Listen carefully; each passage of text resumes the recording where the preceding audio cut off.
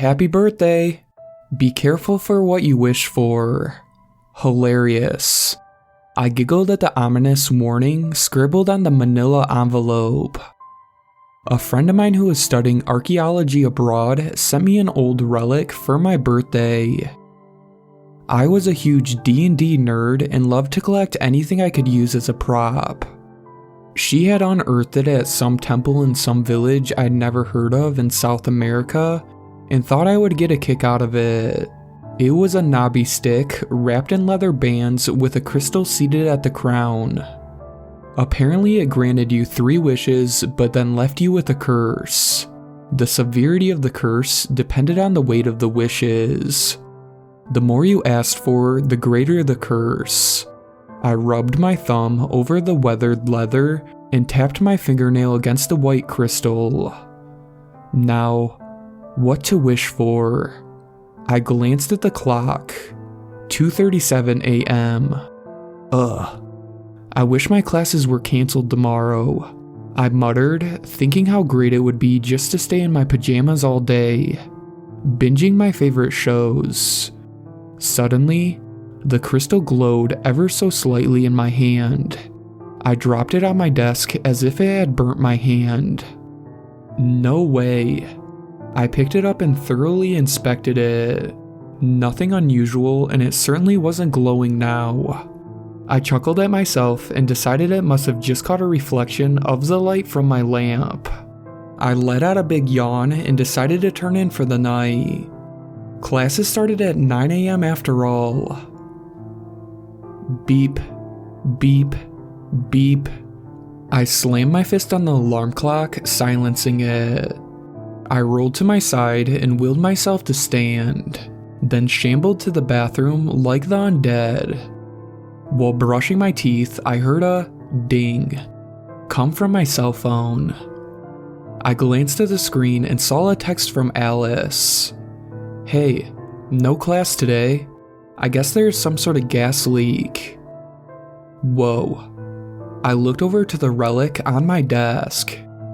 There's no way. Surely it's just a coincidence. Yeah, just a freak coincidence. I picked up the stick and looked into the crystal. A nagging doubt hung in my mind.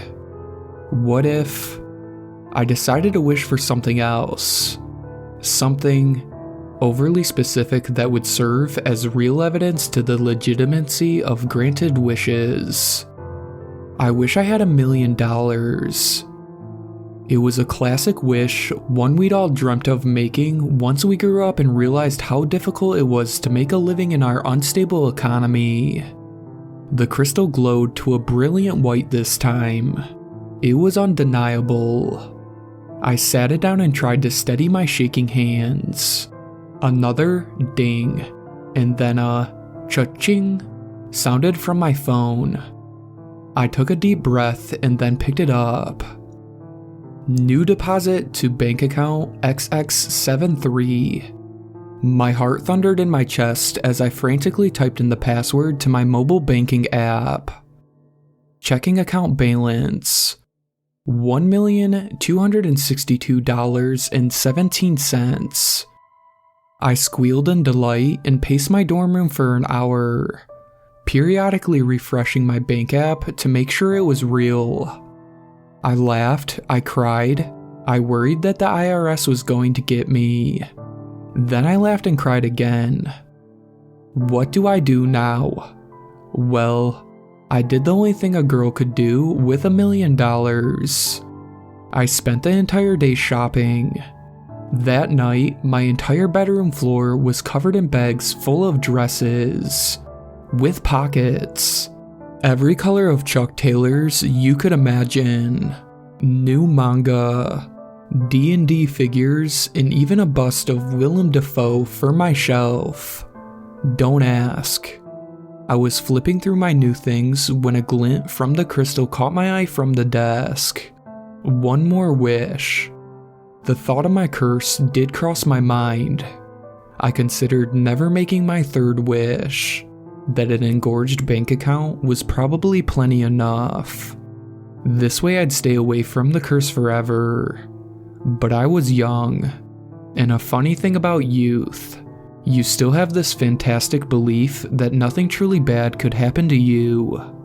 I grabbed the little staff and held it close, pondering what I wanted most in the world. I looked over to the mirror by the nightstand. My hair was unruly, my belly folded over my pants like dough from a biscuit can, and a nice-sized zit was emerging on my cheek.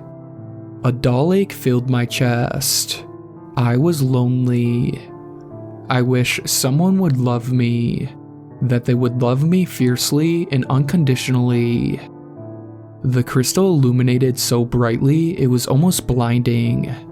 This time, the heat really did burn my hand and I dropped it immediately. It smoked on the shag rug at the front of my bed, and I quickly kicked it away onto the hardwood floor. A blackened scorch mark smoldered on the rug where it had been. I didn't notice anything the next few days. I wasn't sure what I expected.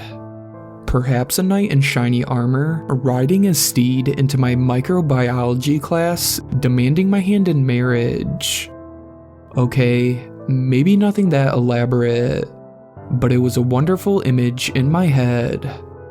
I had just gotten home to my apartment, and as I was unlocking the door, I noticed a note wedged into the frame. I took it inside. It read, "My love, I've watched you from afar, but soon we'll be together forever. The things I've already done for you are but a whisper of the things to come. With boundless love, M." My heart raced. Who is M? And what have they already done for me? The thought of someone watching me from afar was a little concerning, but I was so giddy at the possibilities and the attention, I quickly dismissed it. Over the next week, I received more letters, poems, and countless bouquets of roses. I was being courted by a stranger, and it was sadly the closest thing to a real relationship I'd ever had. I felt like I was living in a romance novel, one of those my mother used to read, except without all the sex. Well, for now. A girl could hope, right? Everything was going great until I received a package from my mysterious admirer. It was a small rectangle box with a pink bow left on the hood of my car. I quickly opened it in the campus parking lot and recoiled at the gift inside. I screamed as I flung it from me. A single index finger rolled across the asphalt. Bile rose in my throat as I read the note. "My dearest love, I wanted to give you a piece of me so that you could take me with you everywhere you go, so that we will always be together. I know we haven't met yet, but we will very soon." I didn't want to send my ring finger, although it was my first thought, but I hope that someday it will hold our wedding band. Eternally yours, M. I frantically scanned the parking lot, searching for anyone who might be M. Crowds of students flocked to their vehicles. No one seemed out of place. I got in the car and booked it to my apartment. I paced across my living room, fighting the urge to hyperventilate. After I calmed down, I decided to write M a letter and leave it in the door frame. M, I did not like the gift you left me. It was unpleasant to say the least. I'm not sure we should meet. I was flattered at first, but now I'm not so sure. Please give me some space and don't contact me for a while. Sincerely, Jessica. He would surely get it since he seemed to leave a note at my door on a daily basis, which brought a new horrifying thought to the surface, spiraling me into dread and worry. He knows where I live. He knows where I go to class. A freak show who would send me his own finger in a box knew my every move. I didn't sleep well that night. I had a mild panic attack every time I heard someone walk down the halls of my apartment building, wondering if it was him. I awoke the next morning to find a postboard duct taped to my front door. It looked finger painted in a rusty red color. My love, I'm sorry you didn't enjoy my latest gift. I thought it was deeply thoughtful, but I see the error of my thinking now. I beg you for your forgiveness and hope you understand that I just can't give you space. You are mine. I've written this letter in my own blood so that you can see how much I care about you. You are my everything. M. I was mortified. A horrifying realization struck me that this was the curse. The curse had given me someone who loved me unconditionally indeed. But the love of a psychopath was not what I'd had in mind. I didn't know what else to do, so I called the police.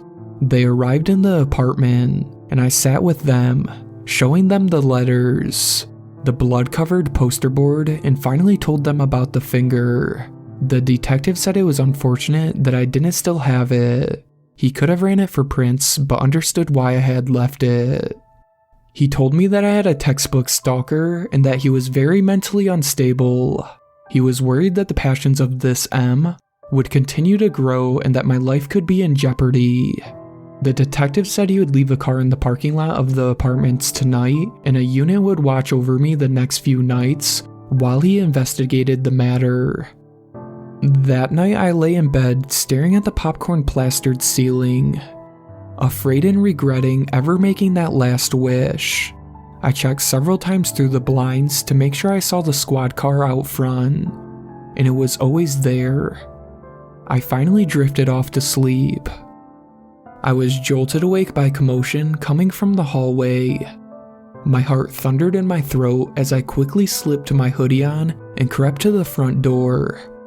I squinted, peering out into the peephole, but couldn't see anything in the hall.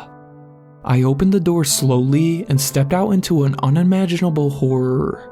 The policeman sat slumped over against the wall next to my door, his bowels cradled in his hands in a bloody ruin.